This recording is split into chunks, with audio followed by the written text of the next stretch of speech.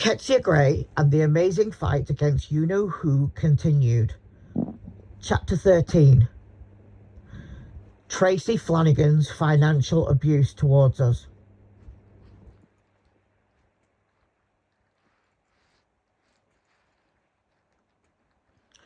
We all know what it's like to spend money, but don't know what it's like to be financially abused. Well, we do. Before you-know-who, in Casey's first year of college, they met a student called Tracy Flanagan, who they fell in love with after being dumped by their first ever college boyfriend, Zach Stackmore, who had to leave Casey because of his fatal health condition. They fell in love with Tracy Flanagan almost instantly, not knowing what she was truly like. She financially abused and took advantage of Casey. She made them buy her an expensive ring, buy her alcohol and other things. She was sneaky and a somewhat evil spoffer. Casey loved her though, and they stayed together until later when something happened which I will reveal in this chapter. Qetsiyah to Mike. Why do you think Tracy took advantage of us? Why did she use us? And why did she not love us genuinely? Because, Qetsiyah, she's an evil spoffer. And only evil spoffers take advantage of others. They are sneaky, and she certainly was, said Mike. Why do you think she didn't love us? Because I told you she's an evil spoffer. A financially abusive version of you-know-who. And evil spoffers have no empathy and no capacity to love. But you do, Qetsiyah, said Mike. Me hate Tracy Flanagan and you-know-who. They're a pair of evil spoffers, and me don't like evil spoffers, yelled Qetsiyah. I don't either. They're sods, Mike. Now I will go into the reason why we were betrayed by Tracy Flanagan. Because on the day we should have reunited in our second year of college, she left us for Trevor Silver, another evil spoffer, and spent the night with him. Why did you leave us, Casey? Asked Casey. Why did you leave us, Tracy? Asked Casey. Because I had to. Trevor is better for me, replied Tracy Flanagan. This news was shocking and left us feeling overwhelmed with fear and anxiety and first day back nerves. We had to fight with her to get our ring back that we lent her. This is not the ring that we bought her, but a ring with a purple stone in it that my mum bought us. Qetsiyah was hapsified to have the ring back after we fought with Tracy's to get it back in our possession. When she left us for Trevor, we felt depressed and lonely and were even worse, loveless. We felt like we were unable to keep a relationship, all because of Tracy Flanagan, who betrayed and abandoned us when she knew we loved her. This has also taught us a lesson, especially Qetsiyah, and that is, give your bank card to anyone you cannot trust with it. Don't fall for other people's shit, and don't trust anyone who you feel could betray you, and do not never let someone into your life who has a history of manipulation. Qetsiyah has learned the hard way about health. Now, medication reminder, viewfinder, focus unlocked, image. Not just with Tracy Double Flanagan tap to focus. And you-know-who. 0 people. But with some family members as well, like our Uncle Derek, who is a known transphobe and an absolute idiot when it comes to our identity. This has hit Qetsiyah hard because we were close to certain people before a medical transition, and it has upset Qetsiyah a lot, especially Tracy Flanagan when she said she had to leave us. If she genuinely loved us, why did she leave us for Trevor? It's because she wanted to control and have power over us. Well, guess what? It didn't work, because my best friend Kelly saw right through her. This thing with Tracy Flanagan has also taught us to be careful who we associate with. And this has been hard for Qetsiyah, because Qetsiyah trusts people too easy. And we've had to teach them trusting people too easily can lead to problems. Now Qetsiyah has learnt this.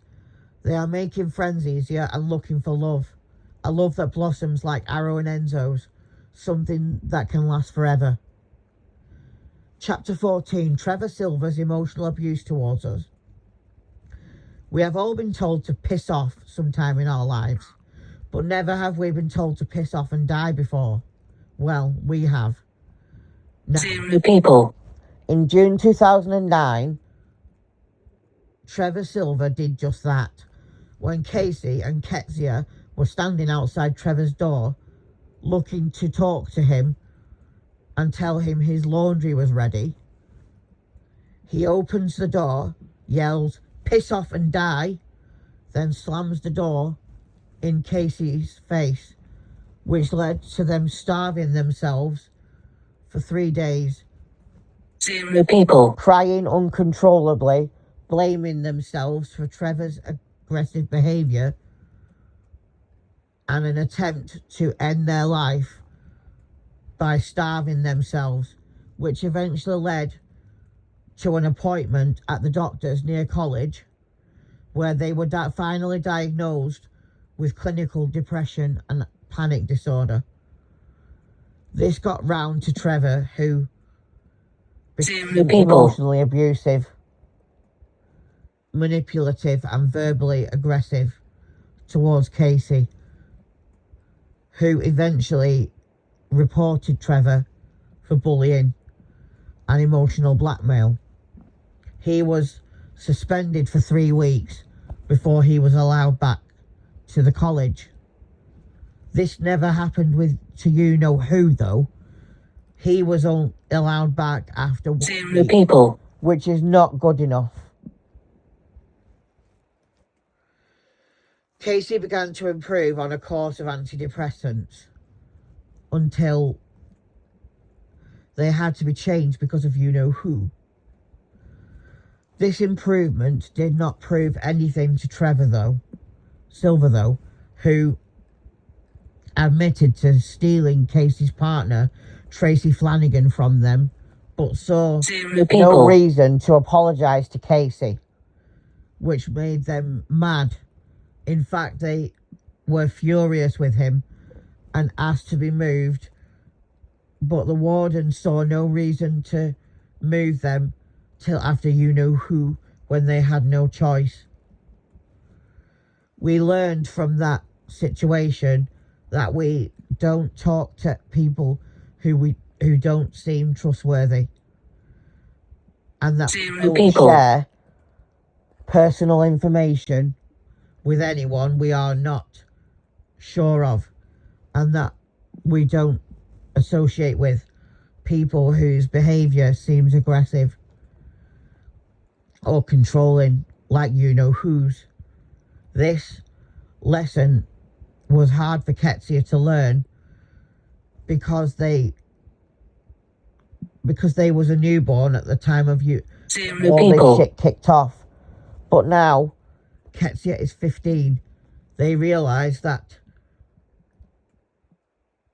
untrustworthy people are not friends, because they take advantage and cause unnecessary shit which we don't need to deal with, because we have our own shit to deal with. We have learned that other people's problems are not our own, so we shouldn't have to carry them. Chapter 15, Trouble with Adam Dram. We all have moments where we don't want to be touched. This is one occurrence for Qetsiyah when Adam Dram, a first year student when we were in our second year of college, pinned us to our our dormitory 0 people. and tried to touch us. We got away eventually, only because we went to get the warden, which pissed Adam off. But we didn't care. We didn't want him to touching us. Oh yes, this was before I must add, this is before you know who. At least 1 year before you know who. When Adam Dram tried to touch us, it felt threatening, especially for Qetsiyah, who said, "Me not want this. You evil spoffer, leave us alone, or you'll be in deep shitsified." This pissed Adam off, who said, "Who the hell are you? And what are you doing trying to stop me from touching 0 people. Me not like it, you badified spoffer. Me not hapsified," yelled Qetsiyah. The trouble with Adam Dram is that he wouldn't listen to us or anyone. So he continued to pin us to our dormitory door until we ran to the top of seafloor stairs, shouted fire to get the warden's attention, and 0 only people. then did the warden remove Adam from our corridor, for which we were grateful and felt relieved. The thing with Adam Dram taught us that we cannot trust everyone. Likewise did the situation with you know who. Even now, Qetsiyah still has trouble trusting people, which is not surprising. 0 people. Since we've been through hell and back, 15 years of trauma from you know who, and the rest from the others mentioned in this book, plus a horrible support worker and a rough start on Dad's part. All this trauma adds to our dissociative identity disorder diagnosis, 0 and people. also adds up our reasons why Qetsiyah is so awesome and brave. They're now starting to tell people about themselves, their existence, and what brought them here, which they couldn't do 15 years ago. Stop recording.